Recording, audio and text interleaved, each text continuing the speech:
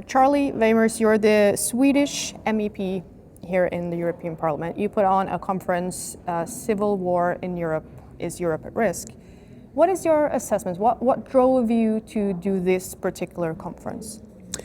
Well, it is after decades of mismanagement by the elites in Europe, in Sweden, Norway, in Belgium, where we are right now, that we see society drifting apart. We see parallel societies. We see native populations losing trust in their political representatives because they are not politically represented anymore. We see Islamization in bigger and bigger parts of society. And this should alarm us all. In order not to sleepwalk through a sort of normalcy bias into disaster, we need to discuss the risk for civil strife, civil conflict, or even civil war, because that is not impossible. It's only, the problem is that we Western Europeans, we have a lack of imagination. We don't believe that a real catastrophe can take place. Mm-hmm. So it's time to, wake up and smell the coffee. So you've done a lot of work on, I guess you could say, anti-Islamization here in the European Parliament.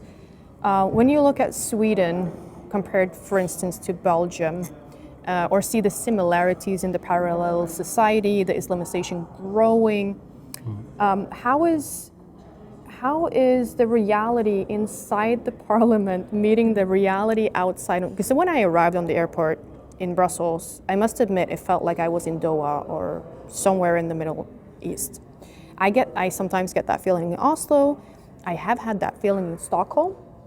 So it's pretty much the same everywhere. But how is the reality inside this building with the people you work with here on a daily basis compared to out there? And has Sweden's situation, we in Norwegian call it Swedish condition, how has that strengthened your work here in the European Parliament? Mm-hmm.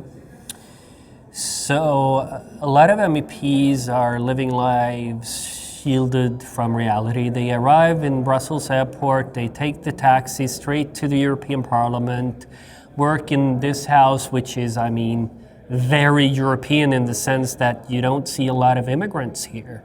Mm-hmm. So they very rarely meet the consequences of their own policies in terms of, for instance, what we in Sweden call humiliation crime, where the native population, native youth, especially young boys, are being not only robbed but also humiliated by immigrant gangs.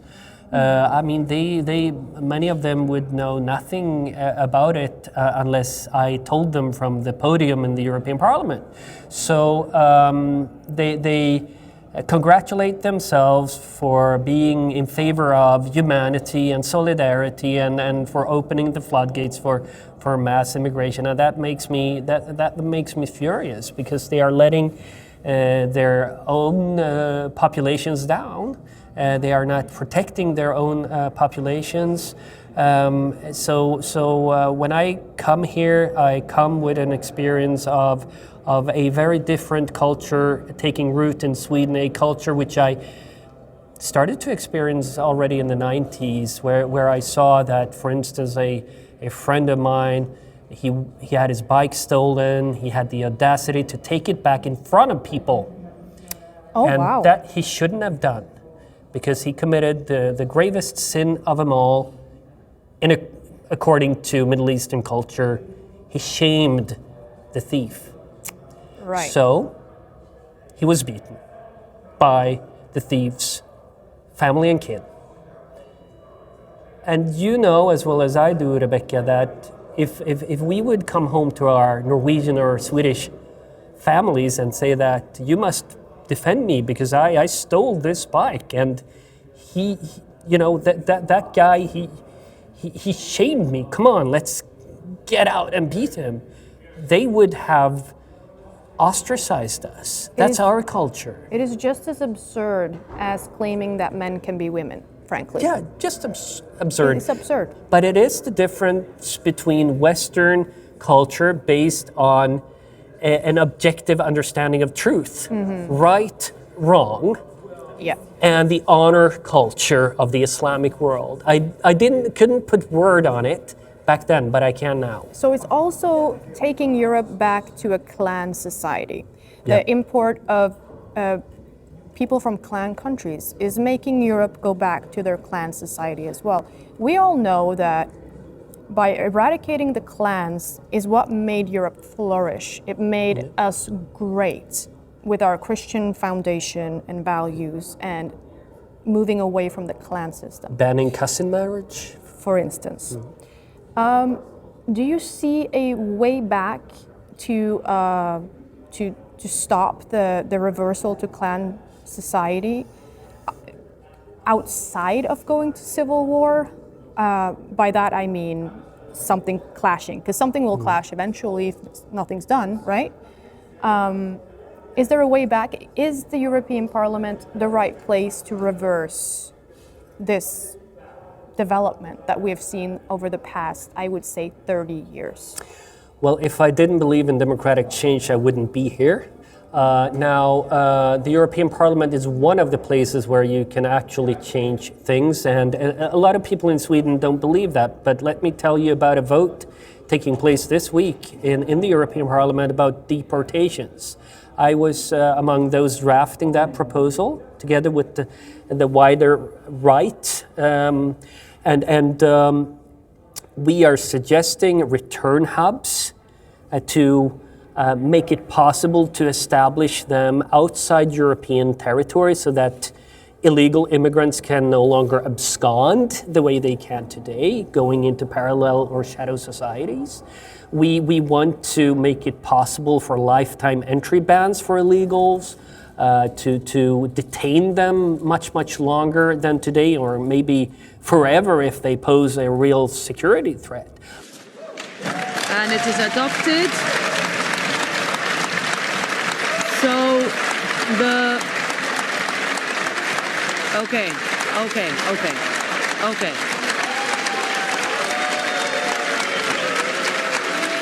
We have many votes to go through, guys.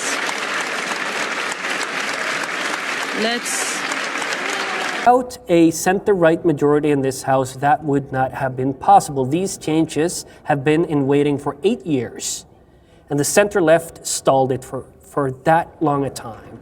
But now, through the ballot box, people have spoken. They want more deportations, and we are delivering on that. In Sweden, we are now going to implement new legislation making it easier to deport foreign criminals.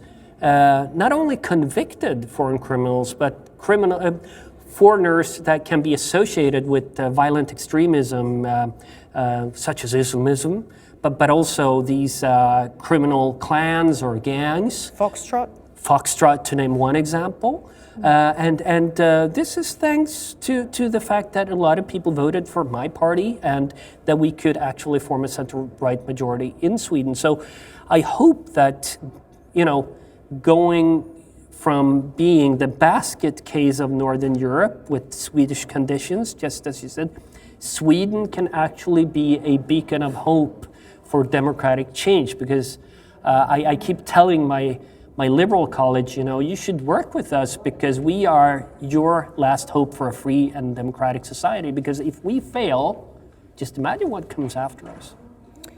So I often say this actually, and you can't imagine the backlash I get for saying that I have hopes for Sweden. And when I look to Sweden, I see that there's a change, and everybody's looking at me like, are you crazy? Or have you lost your mind? Have you looked at the conditions over there? And I think that Norway being about, people say 10, I say 5 years behind Sweden in terms of crime and that whole thing, saying that Sweden Democrats came into parliament or government, you have stopped the ship and it's slightly turning around. The rest of us are still heading for the iceberg. Yep. So if you can share one thing with the people of Europe, of Scandinavia in particular, what would you encourage them to do? Energize the youth. The youth vote was a major factor in our win. We and the Liberal Conservative Party, the moderates, would have gotten a majority on our own if the youth had its say. So do that and don't give up, because there will be setbacks, and you sometimes will have to maybe compromise a bit. But if you know the direction, the trajectory that society needs to take in order for safety, security, cohesion to be restored, then you can make compromises because you know where you're heading. Thank you, Charlie. Thank you, Rebecca.